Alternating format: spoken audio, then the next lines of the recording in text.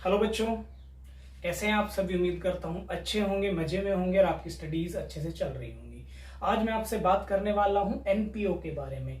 NPO की जो theory है, जो इंट्रोडक्शन की थ्योरी है, वो भी रहती है, हम उसको आज कवर कर लेंगे। तो बेटा, एनपीओ क्या है? एनपीओ का मतलब होता है नॉन प्रॉफिट मेकिंग ऑर्गेनाइजेशन, यानी कि वो संस्थाएं जो प्रॉफिट मेकिंग के ऑब्जेक्टिव से रजिस्टर्ड नहीं कराई गई हैं। मतलब इनका मोटिव प्रॉफिट मेकिंग नहीं होता है, तो फिर क्यों ये रजिस्टर कराई गई हैं? इनका क्या ऑब्जेक्टिव होता है?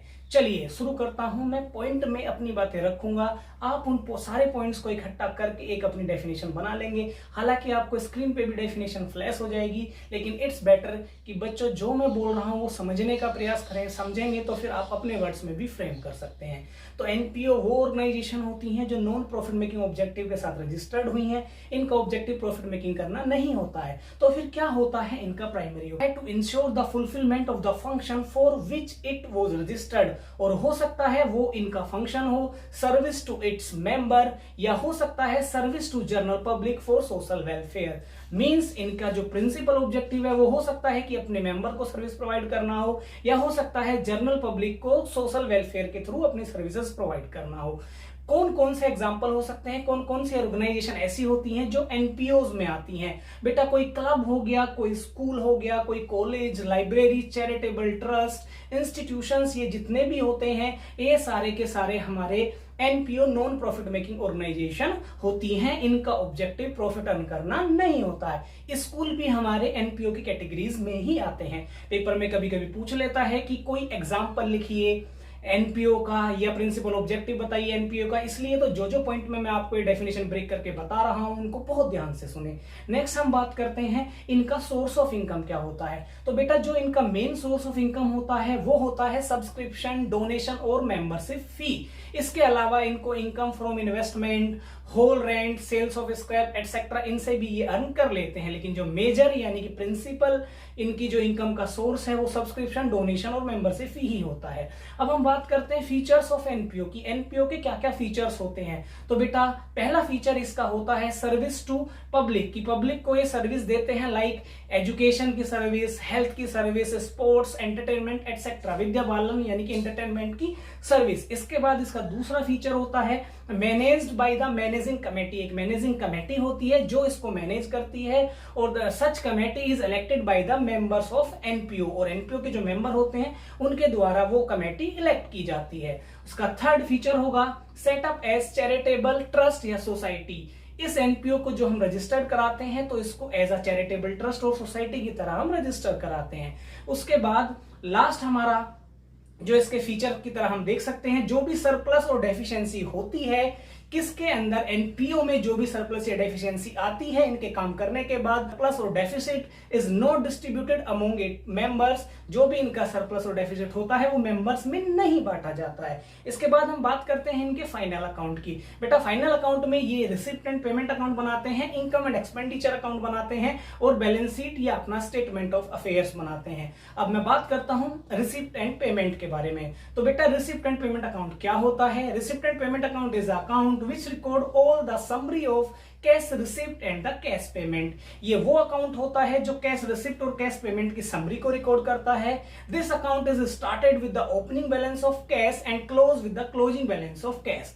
Debit side record all the receipts and the credit side record all the payment. और उसके बाद हम कह सकते हैं record all the cash transaction received or paid during current financial year whether related to the previous year, current year or next year। ये एक number के हिसाब से डिफरेंस के पॉइंट ऑफ व्यू पे अच्छा क्वेश्चन होता है कि रिसिप्ट एंड पेमेंट अकाउंट में जो हम रिकॉर्ड करते हैं वो बेटा करंट ईयर में मिलने वाले सारे के सारे कैश ट्रांजेक्शन को रिकॉर्ड करते हैं। और वो करंट ईयर में मिलने वाला कैश हो सकता है प्रीवियस ईयर से रिलेटेड हो, या हो सकता है वो नेक्स्ट ईयर से रिलेटेड हो। हम पे इस बात का फर्क नहीं पड़ेगा। ड्यूरिंग करंट फाइनेंशियल ईयर हमें जितना भी मिला है हम वो सारा रिकॉर्ड कर लेंगे, चाहे वो करंट ईयर का हो, चाहे वो प्रीवियस ईयर का हो, चाहे वो नेक्स्ट ईयर का हो। सबसे इंपॉर्टेंट बात ये है जो हम याद रखेंगे। उसके बाद में हम कह सकते हैं prepare on the basis of cash basis of accounting. जो अकाउंटिंग के दो बेसिस होते हैं, एक्रूवल और कैश, तो ये रिसिप्ट एंड पेमेंट अकाउंट बनाया जाता है कैश बेसिस ऑफ अकाउंटिंग के हिसाब से। अगेन बहुत इंपॉर्टेंट क्वेश्चन हो सकता है डिफरेंस के पॉइंट ऑफ व्यू से। आगे बताऊंगा डिफरेंस, बार बार डिफरेंस जो बोल रहा हूं किसके रिस्पेक्टिवली बोल रहा हूं बेटा, अगला जो हमारा है इनकम एंड एक्सपेंडिचर अकाउंट, उसके रिस्पेक्टिवली मैंने ये बोला है।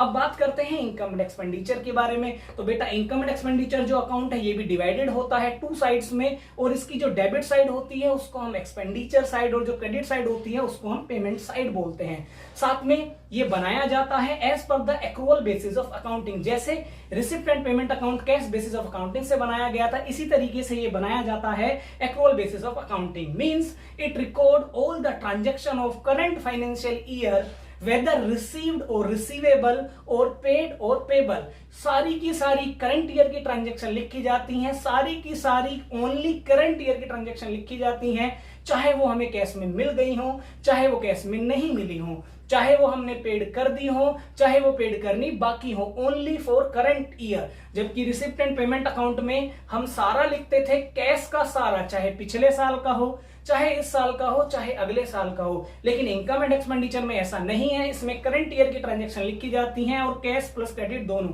इसलिए कहा जाता है ये एक्रूवल बेसिस ऑफ अकाउंटिंग के हिसाब से बनाया जाता है। Means it record all cash transaction of current year as well as all credit transaction of current year। अब लास्ट में बात करते हैं सबसे इंपॉर्टेंट क्वेश्चन इन दोनों के बीच में डिफरेंस का, कि रिसिप्ट एंड पेमेंट अकाउंट में और इनकम एंड एक्सपेंडिचर अकाउंट में क्या क्या डिफरेंस हो सकते हैं। बड़ा इंपॉर्टेंट क्वेश्चन है, ये पूरा 3 नंबर में भी कभी कभी पूछ लेता है। मैक्सिमम जो पूछा जाता है वो कोई एक डिफरेंस पूछा जाता है, तो 1 नंबर के हिसाब से बहुत इंपॉर्टेंट है। किसी एक बेसिस पे आपसे एक डिफरेंस पूछ लेगा, इसलिए इसको भी ढंग से सुने और ढंग से लर्न करें।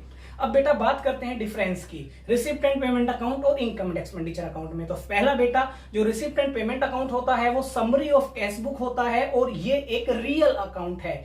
साथ ही जो इनकम एंड एक्सपेंडिचर है वो just like profit and loss है और वो एक नॉमिनल अकाउंट होता है। मींस जो नेचर है रिसिप्ट एंड पेमेंट का वो रियल अकाउंट का होता है और जो इनकम एंड एक्सपेंडिचर है उसका नॉमिनल अकाउंट का होता है। दूसरा रिसिप्ट एंड पेमेंट अकाउंट जो है हमारा स्टार्ट होता है ओपनिंग बैलेंस ऑफ कैश, चाहे वो कैश एट बैंक हो चाहे कैश इन हैंड हो, वो ओपनिंग बैलेंस जो कैश का होगा उसके साथ स्टार्ट करते हैं। साथ में इनकम एंड एक्सपेंडिचर है वो does not start with the any balance, ये किसी बैलेंस के साथ नहीं स्टार्ट होता है, ठीक है, इसमें कोई बैलेंस नहीं होता। जिस तरीके से इनकम एंड एक्सपेंडिचर में रिसिप्ट एंड पेमेंट को हम स्टार्ट करते हैं ओपनिंग बैलेंस ऑफ कैश के साथ, ये ऐसे किसी ओपनिंग बैलेंस के साथ स्टार्ट नहीं होता है, ना ही इसमें ऐसा कोई बैलेंस आता है। साथ में आगे देखें, आगे हम बात करते हैं रिसिप्ट एंड पेमेंट की जो डेबिट साइड होती है उसको रिसिप्ट्स बोलते हैं, जो क्रेडिट साइड होती है उसको पेमेंट बोलते हैं। इसी तरीके से जो इनकम एंड एक्सपेंडिचर अकाउंट है उसकी हम डेबिट साइड को एक्सपेंसेस और क्रेडिट साइड को इनकम बोलते हैं। नेक्स्ट डिफरेंस की तरफ चलते हैं रिसिप्ट एंड पेमेंट अकाउंट के। तो नेक्स्ट डिफरेंस है हमारा difference at the time of the closing of the account is known as closing balance of cash. जब हम अकाउंट को क्लोज करते हैं और डेबिट में से क्रेडिट साइड को माइनस करते हैं, जो भी बैलेंस हमारा बचता है उसको हम क्लोजिंग बैलेंस ऑफ कैश बोलते हैं, चाहे वो बैलेंस कैश इन हैंड का हो चाहे वो बैलेंस कैश एट बैंक का हो या दोनों का हो। इसी के साथ जब हम क्लोज करते हैं इनकम एंड एक्सपेंडिचर अकाउंट को, तो अगर हमारी डेबिट साइड ज्यादा है क्रेडिट साइड कम है तो हमारा आंसर डेफिसिट आता है, जिसको हम बोलते हैं deficit of income over surplus. और यदि हमारी क्रेडिट साइड ज्यादा आती है और डेबिट साइड कम आती है तो इसको हम बोलते हैं surplus of income over expenditure. ठीक है, लास्ट में आगे बढ़ते हैं और साथ में एक और इंपॉर्टेंट डिफरेंस का व्यू जिसको आप बहुत ढंग से समझेंगे, 1 नंबर में अमूमन ये क्वेश्चन आ सकता है, तो बेटा वो ये है कि जो हमारा रिसिप्ट एंड पेमेंट अकाउंट है उसमें हम कैपिटल प्लस रेवेन्यू दोनों नेचर की ट्रांजैक्शन लिखते हैं, जबकि जो हमारा इनकम एंड एक्सपेंडिचर अकाउंट है उसमें हम केवल रेवेन्यू नेचर की ट्रांजैक्शन रिकॉर्ड करते हैं, उसमें कैपिटल नेचर की ट्रांजैक्शन रिकॉर्ड नहीं की जाती है। साथ में याद रखेंगे रिसिप्ट एंड पेमेंट अकाउंट में हम करंट ईयर, प्रीवियस ईयर और नेक्स्ट ईयर सारी ट्रांजैक्शन जो करंट ईयर में हमें मिली हैं, चाहे मतलब जो भी पैसा हमें इस साल मिला है ड्यूरिंग करंट फाइनेंशियल ईयर मिला है, चाहे वो इसी साल से रिलेटेड हो चाहे पिछले साल से रिलेटेड हो चाहे आगे के साल से रिलेटेड हो, सारा का सारा रिसिप्ट एंड पेमेंट अकाउंट में लिखा जाएगा।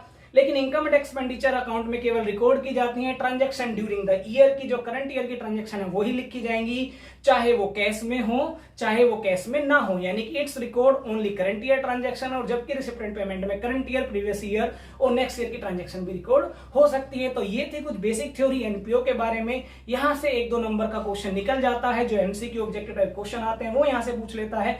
तो ढंग से पढ़ें और ढंग से लर्न करें। जब तक के लिए घर रहें, सुरक्षित रहें और